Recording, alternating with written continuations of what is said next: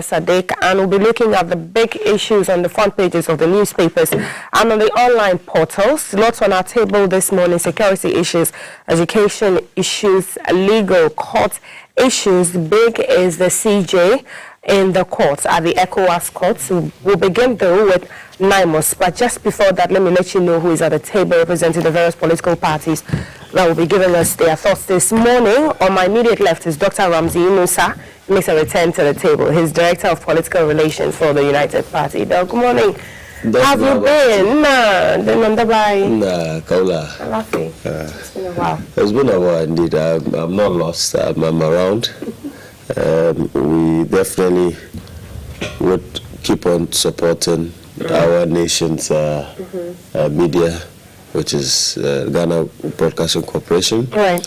And indeed, looking at the deficits here, I think that the time has come for government to put money where their mouth is, to improve the infrastructure here and add more to the investment. You know, when the DSTV Brouhaha started, I suggested on one of your sister platforms that if government is serious and really wants to ensure that DSTV does not become or they are a monopoly, right? Right. They should invest in a competitor, and GBC is capable of taking that role and selling decoders so that we can also rake in a lot of revenues. You know what I mean? And create some form of employment opportunities for our youth. And so I want to see the Minister for Communications look into that idea and see how best he can be able to revamp GBC, right, and support it with a lot of cash, involve the private sector, and see how best we can grow and create a formidable competitor to DSTV. Absolutely. I hope you're supporting our TV license campaign as well. Definitely. Because we're trying to, in our own way, raise that revenue to support production costs, electricity, and all of that. Prince Efa also makes the return to the table. He is former CEO of GEFEC. Good morning, Mr. Good morning, Titi. Good morning to the crew and viewers across the country. Okay. I see that Dr. Nazir, just kicked the ball rolling with the infrastructure, GBC, and all of that. But let's begin with some very critical issues. Yesterday, the Education Minister held his press conference. A lot of things happened yesterday on the budget and its outlook on education. Yesterday, we heard the startling news of NIMOS, which was involved in an accident, a very fatal accident. The statement put out by the Ministry of Lands and Natural Resources says that the ministry regrets to announce that a team of 5 members of the National Anti-Illegal Mining Operations Secretariat, NIMOS, was involved in the fatal motor accident yesterday near the Obuasi Airport area. Now, the incident occurred while the team was undertaking a major anti-galamsey operation aimed at curbing the menace of illegal mining within the enclave. The minister extends his profound sympathies to the family of the fallen colleagues and conveys his heartfelt wishes for a swift recovery to the injured team members. The ministry initiated a full investigation into the circumstances surrounding the accident, and the ministry says it remains steadfast in commitment to safeguarding the welfare of all frontline personnel and will ensure they receive the utmost support and care. This was signed by the Communications Director at the Lands Ministry. Quite worrying situation there in this fight to end galamsey. Before I pick my gentleman's thoughts, so let's go to the phone and then speak to Ama Mausi Nyefria, who is Director of Communications, Ministry of Lands and Natural Resources.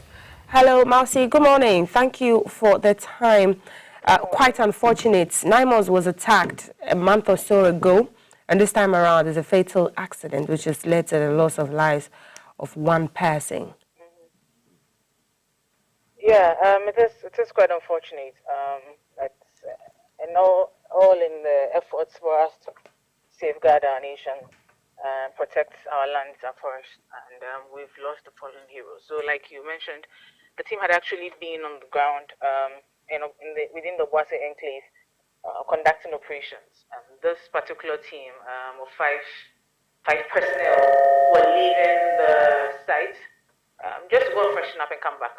and we got the report that this happened. So we've lost one person. The other four, they were in critical condition. They are getting the best of care, as instructed by the minister. We are monitoring to ensure that they are in good health and they recover as quickly as possible. What was this? Was this a head-on collision? Was it just a freak accident? The report that we got was the vehicle somersaulted. We're still investigating to get to the actual cause of the accident, but the report that we got was that the vehicle somersaulted and one person lost his life. The other four were badly injured and in critical condition. Tell us, what have been the, unfortunate incidents that have been happening with NIMOS since it was instituted? We're 11 months after this government came into office. What has been happening? Can you share with us some of the other, things that happen with the team on the ground? Well, NIMOS has chalked, some significant successes over the period since its inception. And I think all Ghanaians have seen it, and we appreciate the work that they are doing. The unfortunate incidents that we've had, apart from the SHDM one, is this recent one, which is the loss of life. And this should not have happened. I mean, accidents happen all the time, but in the course of duty, it makes it even more sad, and particularly because people are just being adamant about everything that we're saying and everything that we're doing. The government of the day is not against mining. The president has not said he's against mining. The minister is not against mining. But there's a legal framework in which you can conduct the activity, and that's all that we're saying. That people we are providing that pathway. And so if you want to conduct the activity, there are ways to do it. And so it's unfortunate that this has to happen, Right. Yeah. This is the military. These are a team of sophisticated security personnel who are supposed to be able to deal with all of these threats. What are you doing to cushion your personnel to stem the tide of these attacks and all of what you're going for through? accidents, I mean, this is like I said, we are still investigating the cause of the matter, but we are not suspecting any foul play at this point. Okay. And so, I mean, it's an accident. It happens. But what I'm saying is that these are people who have dedicated their lives to protecting all of us. Particularly because some people have decided that they're not listening to us and they're going to be environmental terrorists. But these are security personnel, like you said. These are they were in the front line of duty, protecting all of us. And so, yeah, in terms of what we're doing to protect them, we are beefing up their resources, and ensuring that they are adequately, resourced for them to be able to do the work that they are doing. But more importantly, we're also providing an alternative pathway that allows people to be able to conduct the activity, in a safe, legal, and sustainable, and responsible manner. Okay. Thank you so much for speaking with us. Our condolences also go to your team. So, in and addition, later in the Go day, ahead. we'll be opening a book of condolence at the NIMOS headquarters. Later today, Right. and then people can pass by and express their condolences to the bereaved family as well. So Thank you. once that is done, we will keep you updated on that development. Absolutely. Thank you so much for speaking to us about Thank you. the situation. Ama Mawusi is with NIMOS. She's Director of Communications. Actually, she's with the Ministry of Lands and Natural Resources, speaking to us about the accident. They do not suspect any foul play as at yet, but that's what happened after the radium attack, and she's talked about how they'll be beefing up their resources to keep the fight up. Dr. Nazir. Dr. Ramsey, sorry, let me come to you now. Let me say good morning to the good people of Ghana and to my learned colleague on this platform this morning. The fight against Galamsey should not be a political one. Because over time we've seen that the politics of the day erodes the main sense in fighting the menace of Galamsey. And we've seen it over the years under the previous administration and then the Mahama I administration. We need to be careful what we say as political actors and how we go about our politics in this country in regards to Galamsey. Today, we have a situation whereby 60% of our water bodies are gone.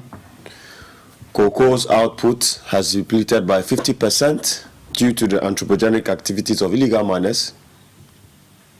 Now, if you go to the Galamsey regions now, the hospitals are recording right now diseases, cancers, and even our women are suffering because they're recording some form of congenital birth defect. And so you give birth to a child with 3 eyes, 4 limbs, and so on. Matiti, let me use this opportunity to send my condolences to the family of the hero who lost his life in line with the fight against Galamsey. We deeply regret such loss as a nation, and we hope that he will be kept in the bosom of the Lord. Did you anticipate that we may get this dire? Well, Matiti, I have said time without number that I have raised my hand for a vote of no confidence against the IGP of police, COP Tete Yohunu. I have no confidence in his leadership in the first place. Now, Galamsey itself is poverty in disguise. If you look at the World Bank policy notes for 2025, the poverty incidence rate within our rural areas is 80%. And all these Galamsey-prone regions in Ghana, these areas, are within our rural space. If you want to even see, look at the rural to urban migration today. It has dwindled because a lot of the boys who used to come to Accra to hustle and make take care of themselves and their families back home, all now are going back to their villages because there is a gold rush there. If we as a country fail to tackle youth unemployment, if we fail to develop our rural spaces and take into consideration the abundance of resources in these rural areas and how we're able to target the youth and support them with some form of skills and all that, then we are going nowhere. NIMOS can do its work, but at the end of the day, the fundamental issue is that people go into these pits not because they enjoy being covered with mud, but it's because of bread and butter issues. I want us to establish this fact. Okay. So the NIMOS is fighting a fight that will not, to any result? I mean, there are some gains, right? There are certain interventions that this government has put in place that I think that rationally we must acknowledge. Like, for example, the tracking of excavators, right, with some form of dual fencing technology is something that we must acknowledge, right? And even how the import regime of excavators now, and how DVLA has also come into the picture and is registering excavators and all that, and they have some specialized number plates and all that. I think that is commendable, but the fundamental issues has to be dealt with. We're talking about poverty here. Ghana has been blessed with a lot of natural resources. We are not a poor country. And I must say this, we are not a poor country. It is because over the years, we've not had the leadership that would leapfrog the dreams and aspirations of people and tap into the natural resources that we have and ensure that there is value for money. Matiti, so I am pleading with the government to look into how they can establish a formidable policy to tackle our rural folks. How long do you think this is going to take? Because the numbers are many. The population of unemployed youth who maybe are not in the Galamsey pits, as you're saying, but are, queuing at Elwak Stadium because all of a sudden they all want to become military people, and then the ones who are in the pits dying and attacking the security agencies. How long? Yeah, as soon as we can. Is it feasible to provide It jobs for all is. these people? It is feasible. For example, if you look at our mineral sector, if we bring in a radical policy shift that none of these multinational companies would be allowed to export these minerals in raw form without 60% value addition, alone would create millions of jobs for our youth. Okay. Agriculture, which is the largest employer within the labor force, right? If we are able to talk to the central bank to bring in some form of concessional loans for commercial farmers, right? Now, if you look at the policy rate, it's a double-digit number. No country in this world has its agricultural sector thrive successfully with a double-digit interest rate on loans. It's not sustainable. All right. And so we believe that if government would diversify its portfolio and create the enabling environment, they have talked about the 24-hour economy and just ended budget. The allocation to sanitary pads is more than even the 24-hour economy. So we are calling on President Mahama. We know. Sanitary pad is important, and it's even in 24-hour, menstrual cycle. So, the picture of the 24-hour economy, they're saying that one job, 3 shifts. It's an industrial policy, right? If you look at the orientation of our economy today, okay? Now, this studio even alone is an example. Point out to me in this studio, how many of the gadgets that you use here is manufactured in Ghana? I mean, I know our set design made this table. but the materials are not from Ghana. Okay. So the point I'm trying to make is that if we are able to put in a deliberate policy, indeed a radical one, to reorient our economy from an import-driven one to an export-driven one, Absolutely. we would import back the jobs that we are exporting. All right. Point well made. Dr. Yunusa, thank you so much. And for the MDC side, he's joined us now, Dr. Carl McAhe. Good morning, Doc. Good morning. Welcome back to the table. Doc is Director of Political International Relations for the NDC. Doc, thank you for the time. I'll come to you. I'll let you settle, but let me go to Prince and pick his thoughts on Naimos and, as he said, one of the crew members who lost his life in that fatal accident. Yeah, so Titi, again, greetings to my colleagues and yourself, the team, and the listeners and viewers at large. From my side of things, looking at this tragedy, I mean, it's really regrettable. It's sad, and I can only imagine how the family is feeling.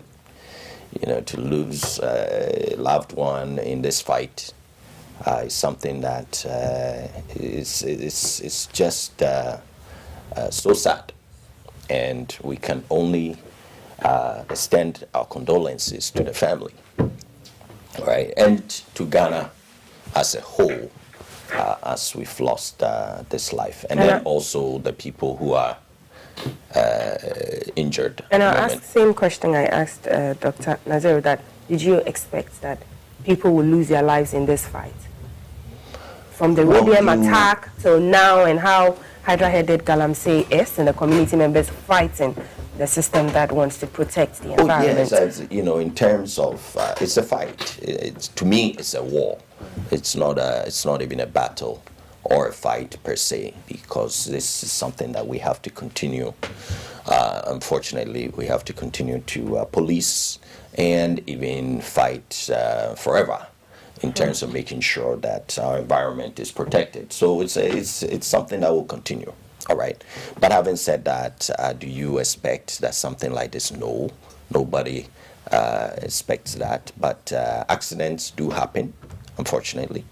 I think we lose averagely about 2,000 people, for example, on our roads every year, and another 15,000 or so injured. So all these things happen. They are statistics. When they haven't happened to you, They are statistics. When you go through, I've met some people who have been involved in vehicular accidents, for example, and it just drives everything home when you have to live with sometimes lifelong injuries and so on. So these are very serious issues. But until it happens to you, it's as if it's that. And some of the causes that we all know, the roads, and some of the infrastructural deficits that we have and so on, they are there. And we continue to do our best on those things, but they do contribute to some of these problems. And we just hope that it doesn't happen as often. All right. Okay. So it's an accident. And I heard the spokesperson from the Ministry of Lands. It's something that, unfortunately, it was unexpected, but it can happen. All right. Okay. With that said, Galamsey issue overall, I think my colleague here said so much. I don't want to repeat many of the good things he said, except to say that the government needs to do more on the Galamsey fight. I don't believe the government has done enough. And I believe that there's a lot more that the government is doing. Today is a day for 9 months. And the issue of Galamsey is not, like I said, it's a war. And it's not going to end today. There are many, many other issues that we would have with the government in terms of how it presented itself before the election. And then you compare that with what they've done so far, and it's clearly there is a huge dichotomy between what they promised and what they are doing. But we have 4 years for the government. So we would have a lot of times to dissect some of these things. We are watching them. We are looking at the water turbidity. They said that they are doing so well. That's what they say. All right? But eventually there will be a true reckoning and an accounting of what they're doing. I'll just end by saying that they better get on with this war now, instead of many of the things that they are mentioning, things like tracking the excavators, all these things. The other time I was reviewing, the previous government was doing a lot of the things, the water guards, the operations, and they are repeating many of those things and saying that it's going really well. Maybe, unfortunately, the proof is not there, because all of it ends up in the water turbidity. It ends up being showing up in terms of the degradations that we see of the soil and cocoa production and so on and so forth. All right. So there is no hiding. There will be a proper accounting. All right, let me bring Dr. Ahin on this just before we move to the CJ. Dr. Ahin. Okay. Thank you very much, my beautiful sister. And your good friend says that you've been saying a whole lot, but nothing is happening with the Galamsey fight. I think that we have to change his spectacles so that he can see better, because probably the lens has expired. I won't deviate from what my good brother is saying. Yes, I think that though after 10 months in government, the government has done so well. We are doing so well. And I won't say that this is the time that we should be scoring the fight against Galamsey, because it's barely 10 months in government. And you recall that our team to change the ills in our society has to do with the resetting. The resetting agenda. And before I proceed, let me express my personal and that of the party condolences to the family and those who are in critical condition for what happened to the 9 months. I think it's a good fight. They are representing, the whole people of Ghana, ensuring that our water bodies and forest reserve and stuff. Nobody expected that this will happen, and it has happened. I believe that, like my good brother, Dr. Dr. Nazir. Yes, Ramsey. Ramsey said. How do I keep saying Nazir? You see, Ramsey. the Gallam's fight, I believe that we should look at it from a different perspective Okay. and take other factors also into consideration. Right. We had some discussions yesterday, some of the National Executive members yesterday were trying to also look at what happened yesterday and then the fight against Galamsey. Right. You see, from my personal point of view, I believe that given the people are into our water bodies doing Galamsey, or they've entered into the forest doing Galamsey, and all that the government needs to do is to go and stop them. But we must look at the root cause. What is driving them? Okay.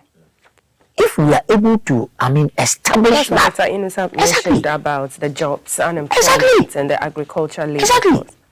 Because if you go and sack them from the where they are doing all these things and they go back, as soon as you leave, they will go back because there is no any alternative for them.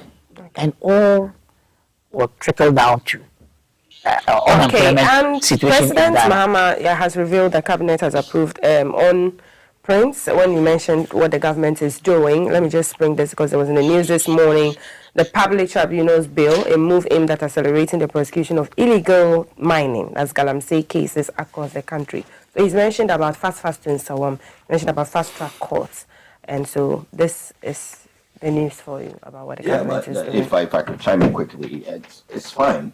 All these are important steps. Okay. Many of them have even been done, as I mentioned. The real question is, there's a lot of degradation happening right now. Many of these are not reversible. Okay. The government needs to act a lot more urgently All right. on those, and that's what has not happened.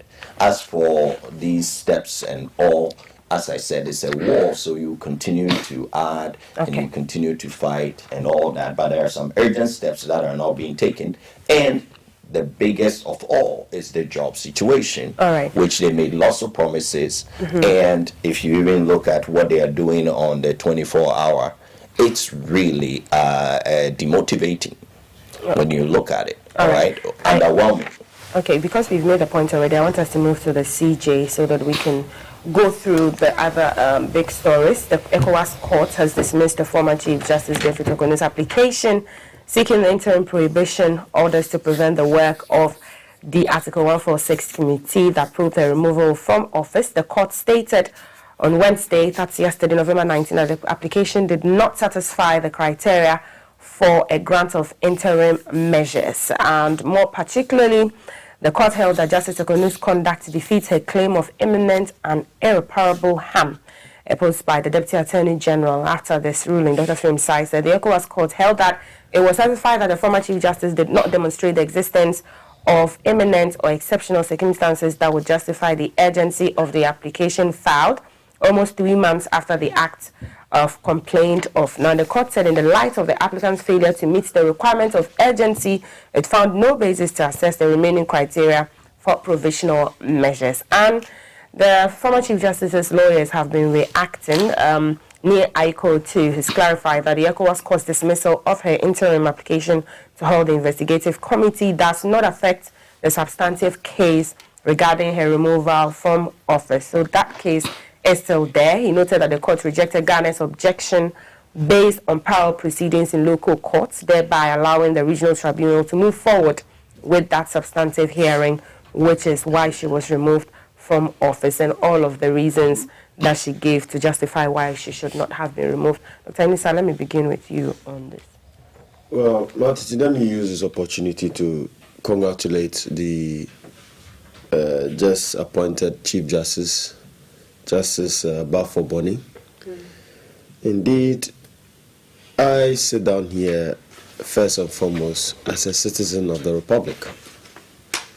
And I have high confidence in Justice Bafo Boni and what he would do for the judiciary. I say so, not because I support the NDC. I have never supported the NDC, you know that for a record. But because as a citizen, I I have been able to test the leadership skills of Justice Bafo Boni. This year, I had a situation in court in Nsawam. Okay. The judiciary staff acted in contravention to their code of conduct, and I petitioned his outfit through the front door. I didn't lobby anybody. As we always say, is who you know that would make things work out in this country. But no, Justice Bafo Boni responded back, and I brought the proof of Oh, you of brought that. the proof. I brought the proof. This is the response to my petition, and he took action. This indeed is what a working Ghana looks like. Okay. So yours personally, you have evidence of I have evidence. how And he okay, was went. acting CJ at that time. And it's not because it is me, but because I had merit in my petition. We have seen over the years under the SWA administrations where petitions have been taken for matters against citizens that feel that their rights have been tampered with. But nothing has been done. Have you tried that personally and it didn't happen in Oh, the that is SWA it. I have government? colleagues that have tried. I have colleagues that have tried.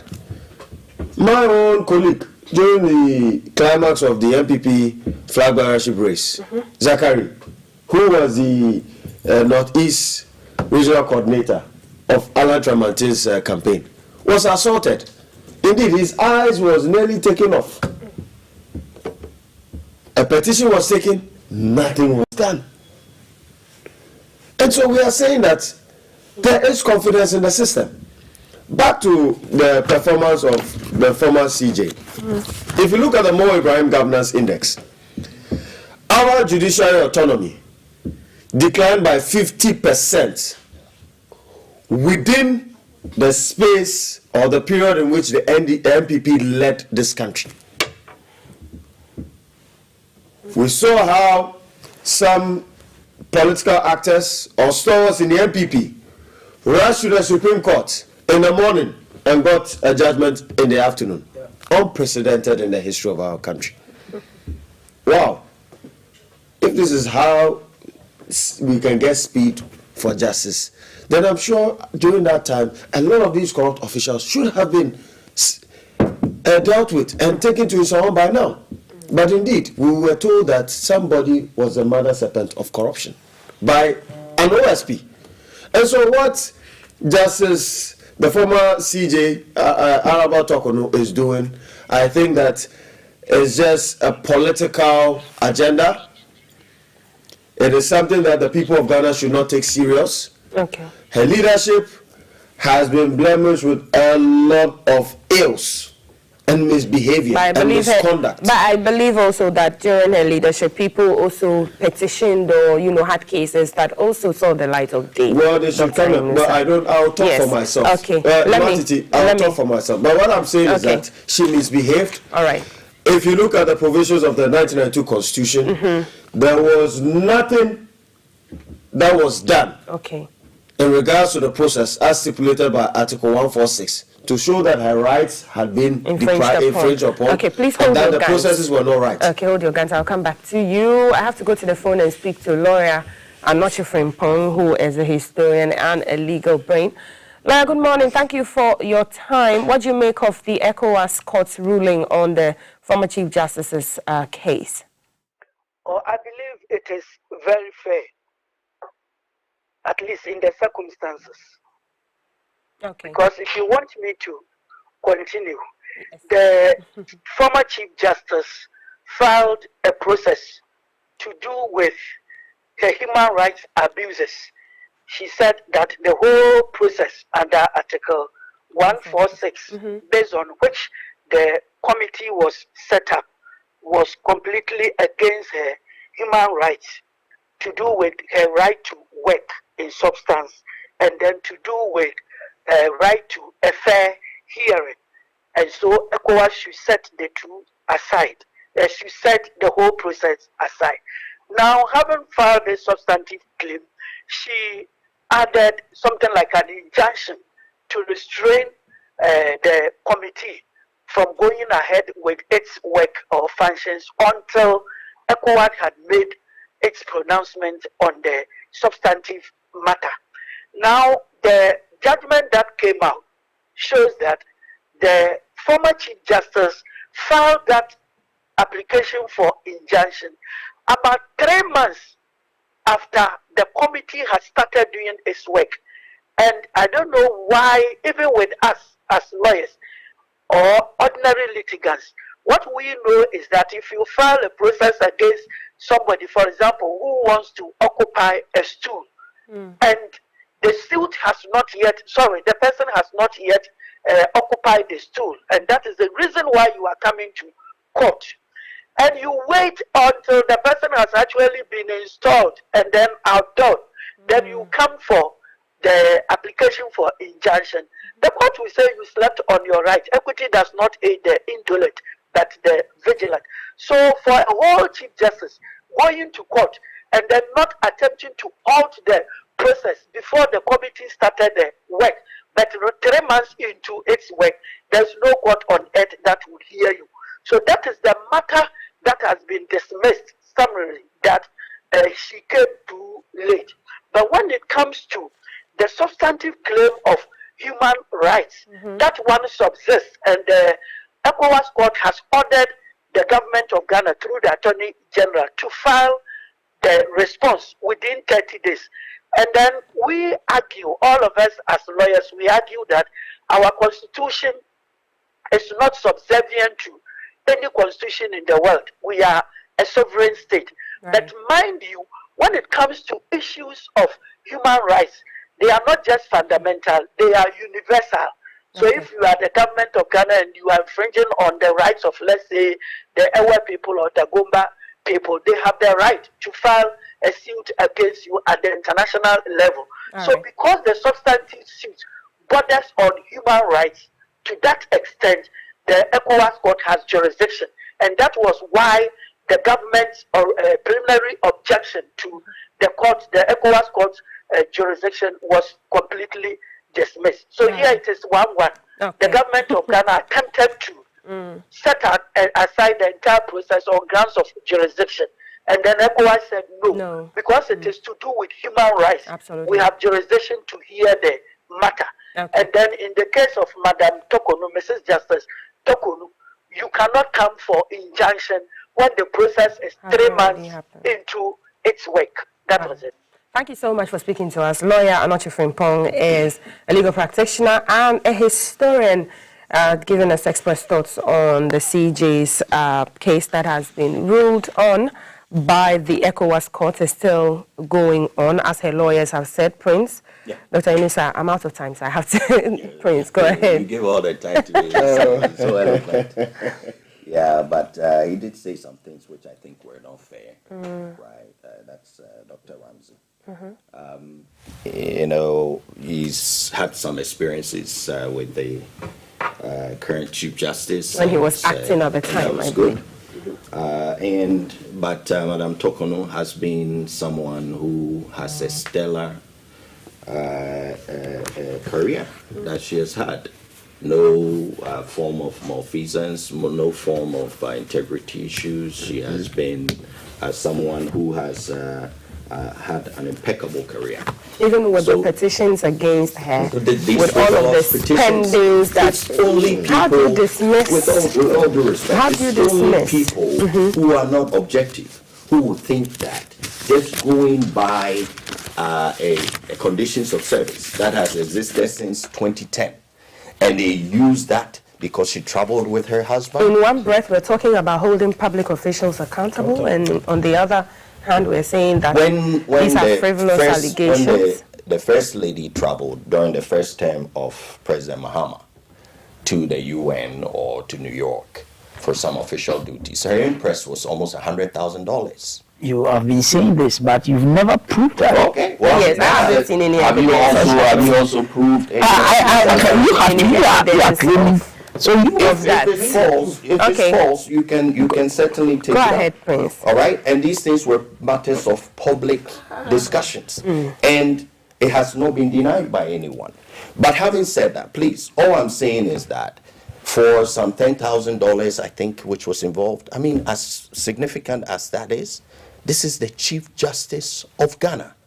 Why do we keep doing these things? And it's often to do with very accomplished women. And she traveled with her husband, and she's dismissed over this. Everybody who's objective in this country knows that the NDC was aiming for this woman, and they have taken her out. Everybody in Ghana knows. Yes, every objective person who has followed this, because if you look at the trend, how the NDC was talking about the courts, and if you also look at the fact that if you look at how loose the rules surrounding the removal of the CJ, which, by the way, the majority leader has signaled that they will be looking at to tighten up after they have used it to remove this woman. Okay? You will understand why she's out there. The NDC And- used it to remove the woman. I think Yes, it was, and we it are all was on in the this back country. of petitions Please. from ordinary I'm Ghanaians, just the saying- same Ghanaians. I'm just saying that we're all here, and I can assure you that these rules are going to get tightened because they have already signaled. We know what they will do. They will tighten it after they've used it to remove this woman. And we're here talking about the fact that she doesn't have a serious case, no violations in terms of the process. Yes, everybody knows it was a loose process that was used to remove her. And Okay. you have removed her, and then you think that because of that we should put the woman down. You put her down for what?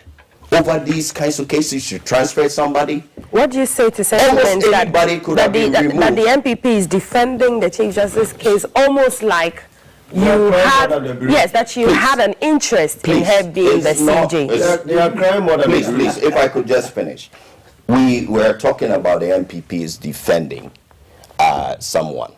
So, by the same token, when the Charlotte Osei was also accused, was the NDC also not defending her? What is wrong with that? Of course, the MPP appointed this woman. Okay. We believed in her. We continue to believe in her.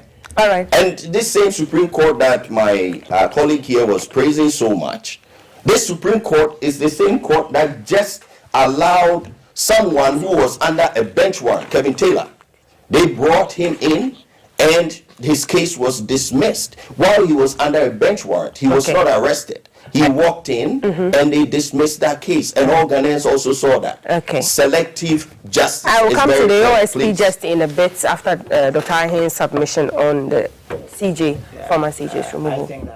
That you want to tighten the system after you have used it to remove the former CJ because you had told Ghanaians you were going to take her out. We should advise our brother not to be emotional when it comes to what is happening in relation to. Speaking on behalf of Ghanaians, he says our objective and do not subscribe to No, how the he's former being- CJ was no, removed. he's being Is emotional, emotional, Dr. yes. Ahin? Why Yes, are he's you being calling me emotional. emotional? Yes, he's being emotional why am I because being you see, we are in this country when this process started, right? And as a legal brain, and you understand the rules, you understand the laws very well. I think that it has gone through the right processes.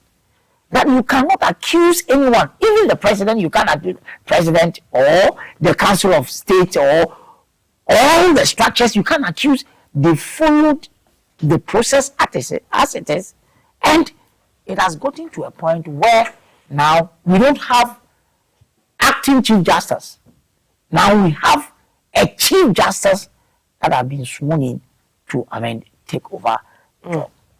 With the issue of the ECOWAS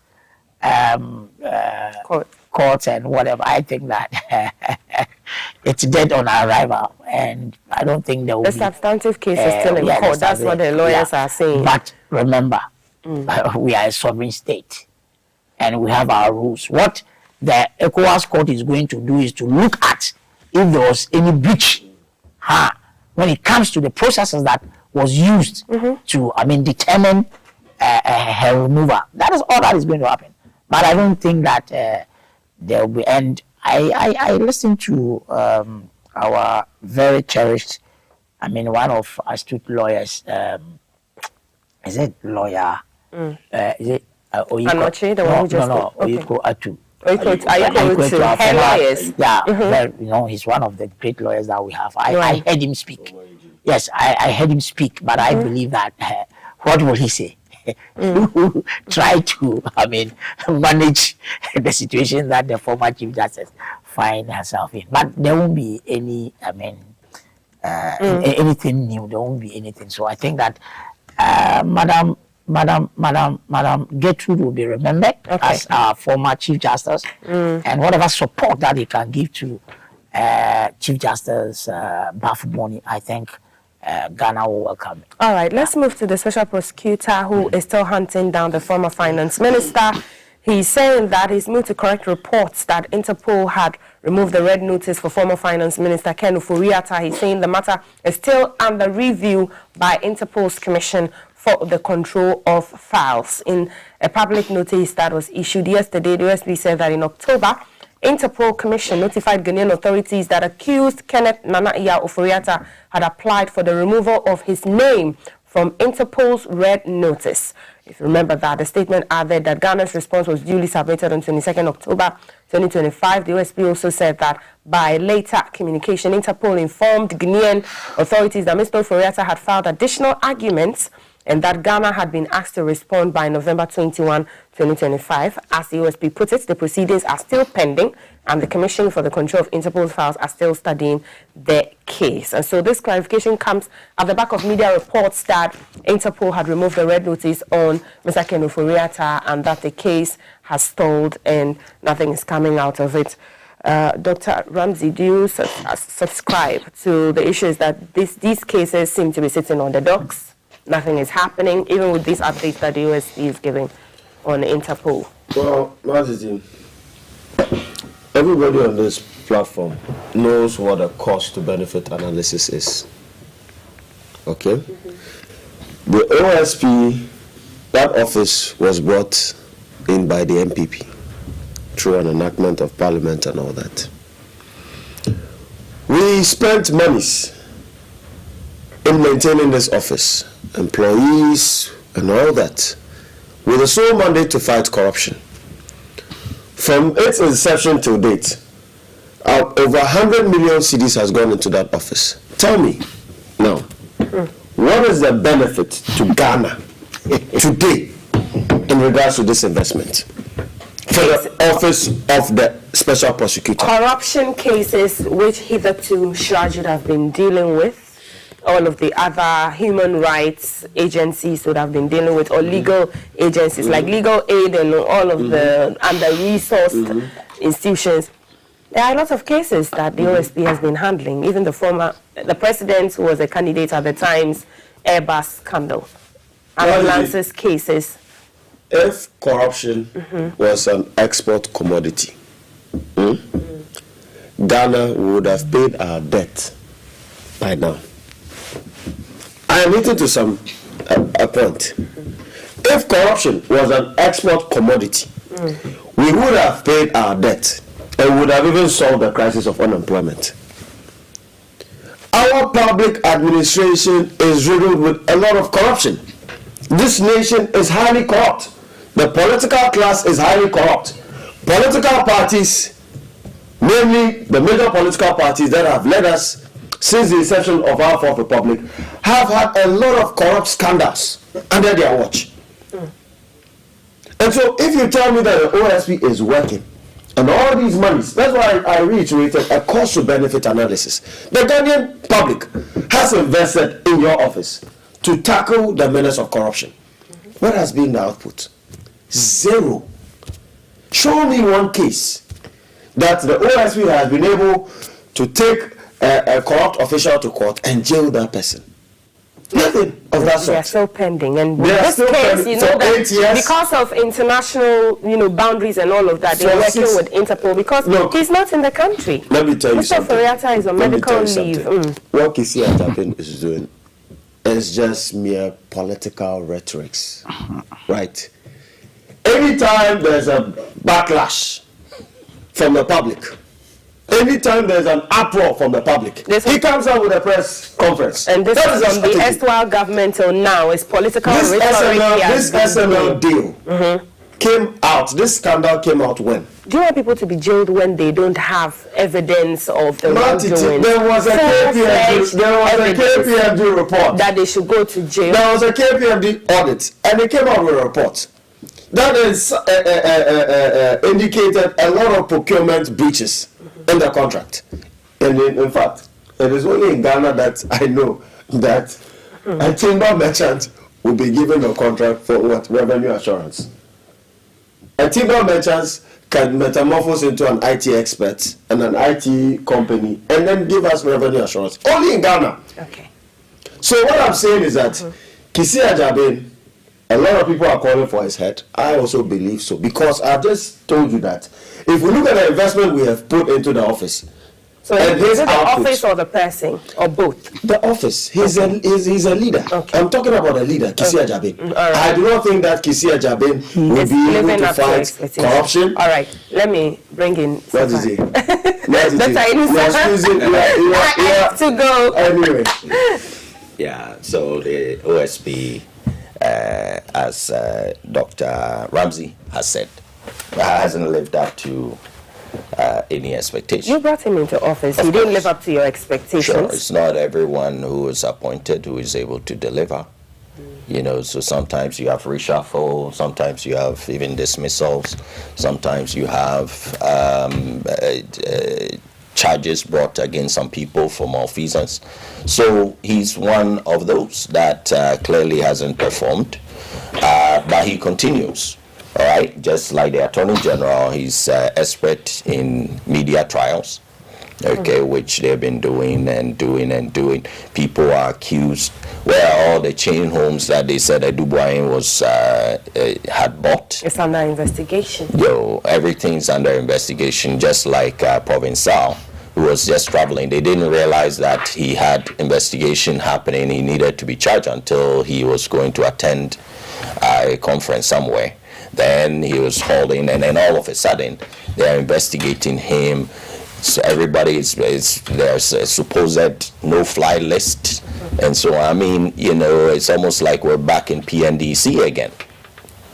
So this is PNDC 2 government, clearly, and then Yoko has been weaponized.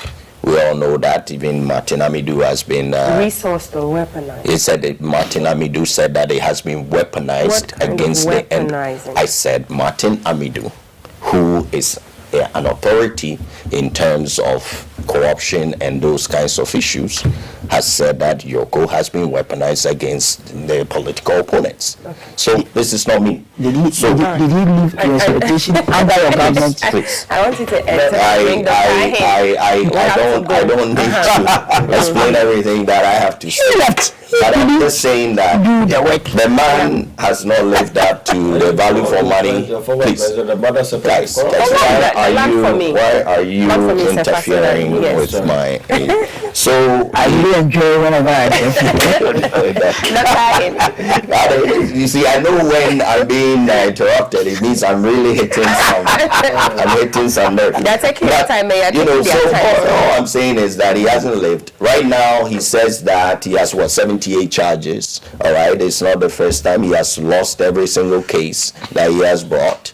The other time he had Honorable Freata on the Interpol red alert. He's still on the red alert. That's what he's saying. I believe he has been removed. That's a report I have. Interpol says that. Well, that's what he says. My other information is that it has come off, and I believe them more.